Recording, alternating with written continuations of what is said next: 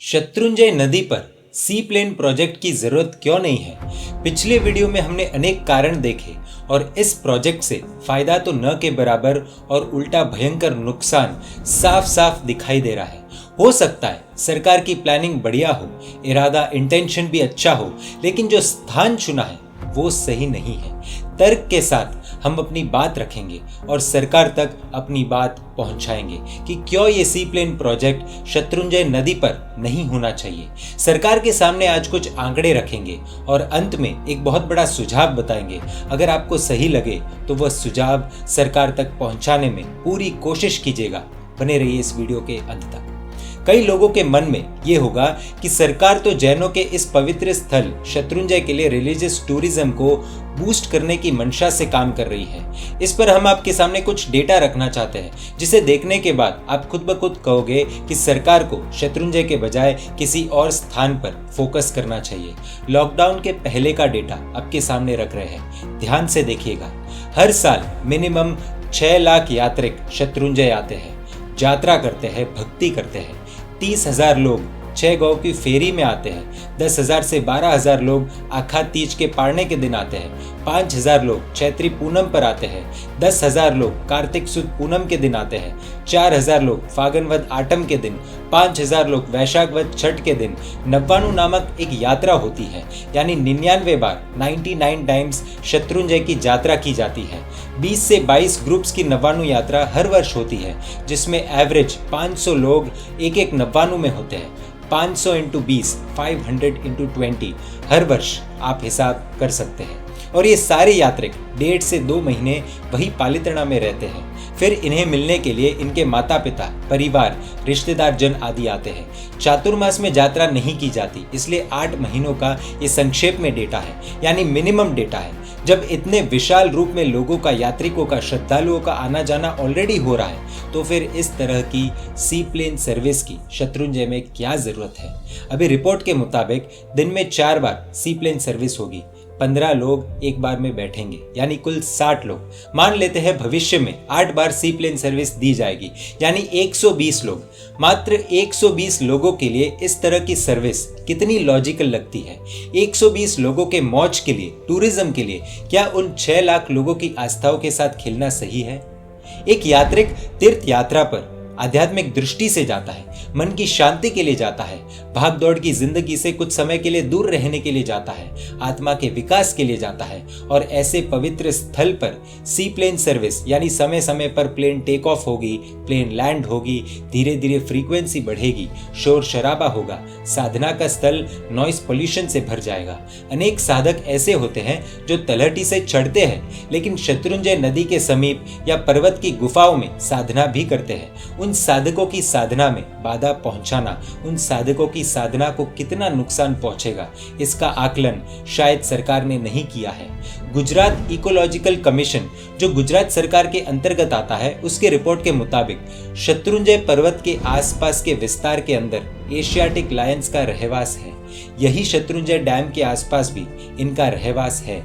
ये वहां पानी पीने के लिए भी आते हैं। ये रिपोर्ट के अंदर पाया गया है। इस सी प्लेन प्रोजेक्ट के कारण वहां के वाइल्ड लाइफ के ऊपर, एशियाटिक लायंस के ऊपर असर होने की पूरी संभावना है। यानी सिर्फ साधक ही नहीं बल्कि जानवर भी इससे डिस्टर्ब हो जाएंगे। कैलाश पर्वत का विषय ले लीजिए, कई लोगों की आस्था का केंद्र है। सबरीमला ले लीजिए, बोधगया ट्री ले लीजिए, Kabir tree, Saint Thomas mountain ले लीजिए, पंबा रिवर, तुंगभद्रा रिवर, श्री राम जन्मभूमि अयोध्या ले लीजिए। ऐसे अनेक स्थान हैं, अनेक नदियां हैं जो कई लोगों के लिए उनकी आस्था का केंद्र है। अब उन स्थलों में अगर इस प्रकार की नई प्रवृत्तियां शुरू हो जाए जो वहां की धार्मिक मान्यताओं के खिलाफ हो, या ऐसे कोई भी कदम उठाए जाए जो उस स्थान की आस्थाओं की विचारधारा के विरुद्ध हो, तो क्या ये सही होगा? क्योंकि उस स्थान की अपनी एक महत्वता होती है, उस स्थल के अपने एक अलग वाइब्रेशंस होते हैं, उस जगह की अपनी एक पवित्रता होती है। उस स्थान की परंपराओं के विरुद्ध जाना कितना सही होगा? भले ही सरकार का इरादा नेक हो, लेकिन इससे तो धार्मिक भावनाओं को ठेस ही पहुंचेगी। सी प्लेन दिखती तो अच्छी है, उस पर सैर करने का सबका मन भी होता होगा, लेकिन आपके सामने एक डेटा रखते हैं। कनाडा में हर साल लगभग 100 से ज़्यादा सी प्लेन एक्सीडेंट के केसेस सामने आ चुके हैं और वहाँ पर साल में सिर्फ 6 महीने ही सी प्लेन सर्विस एक्टिव होती है, जिसका अर्थ ये है कि हर दूसरे दिन एक्सीडेंट। सी प्लेन के एक्सीडेंट के केसेस आप गूगल करके देख सकते हैं। अब कई लोगों का कहना होगा कि सेफ्टी स्टैंडर्ड्स को ध्यान में रखकर ये टूरिज्म बूस्ट जो है वो उस धार्मिक स्थल पर लोगों की आवाजाही के उद्देश्य से बनाया जा रहा है, लेकिन क्या इसकी आवश्यकता इधर है भी? जहां लाखों लोग आराम से आते हैं, अपनी धार्मिक क्रिया, अपनी साधना शांति से करके जाते हैं, ना किसी ने डिमांड की, ना उस स्थल की ऐसी कोई जरूरत है। ऐसी स्थिति में बिना वजह लोगों की जान को खतरे में डालना और शत्रुंजय नदी की पवित्रता को समझे बिना उस पर सी प्लेन सर्विस शुरू करना कितना सही होगा, सोचिए। शत्रुंजय तीर्थ पर अनेक औषधियां हैं, औषधियों का भंडार है, हरा भरा पर्वत है, अनेक जानवरों के रहने के लिए वह अपने आप में एक घर है। ऐसे में वायु प्रदूषण से जो नुकसान होगा उसका अंदाजा, उसका आकलन हम शायद नहीं कर रहे हैं। इस विषय पर ज्यादा गहराई में न जाते हुए सिर्फ लॉकडाउन का समय ले लीजिए। अलग अलग स्थानों से उत्तर भारत से लोगों ने सोशल मीडिया पर अनेक ऐसी तस्वीरें डाली जिससे वो अपने घर से मीलों दूर रहे पहाड़, पर्वत आदि देख पा रहे थे।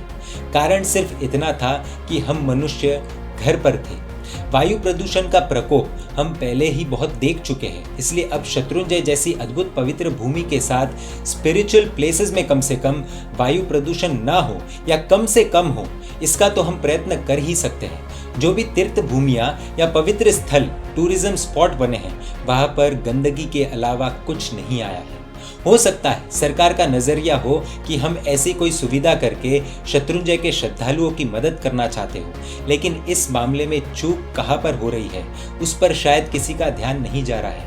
आज सी प्लेन, कल क्लब्स, रिजॉर्ट्स खुलेंगे, परसों 5 स्टार होटल आएगी, आदि आदि, और हर चीज का हम इस प्रकार विरोध करें, फिर सरकार के ध्यान में लाए, फिर सरकार बात माने। इससे अच्छा यह होगा कि जब भी आप कोई धार्मिक स्थल पर कोई बड़ा प्लान करते हो, कोई बड़ा बदलाव लाते हो, इस प्रकार की सर्विस शुरू करने की सोचते हो, तब आपको उस स्थल के, उस आस्था के, उस धर्म को समझने वाले, उस धर्म को मानने वाले में से गिने चुने ज्ञानियों को अपनी कमेटी में लेना चाहिए।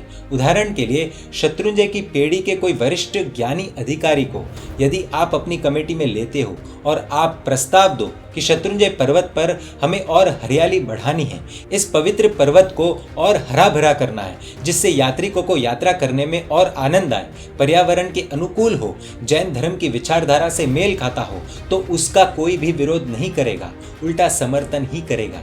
लेकिन यदि धर्म की विचारधारा को समझे बिना कोई कदम लेते हैं तो फिर हर बार इसी प्रकार का विरोध होगा और आस्थाओं को चोट पहुंचेगी। सरकार से निवेदन है, पालितना की पेड़ी से संपर्क करें, लॉकडाउन से पहले का डेटा निकालें कि कितने लोग हर वर्ष पालितना आते हैं, बसेस, रेलवे आदि टिकट बुकिंग की हिस्ट्री निकालें।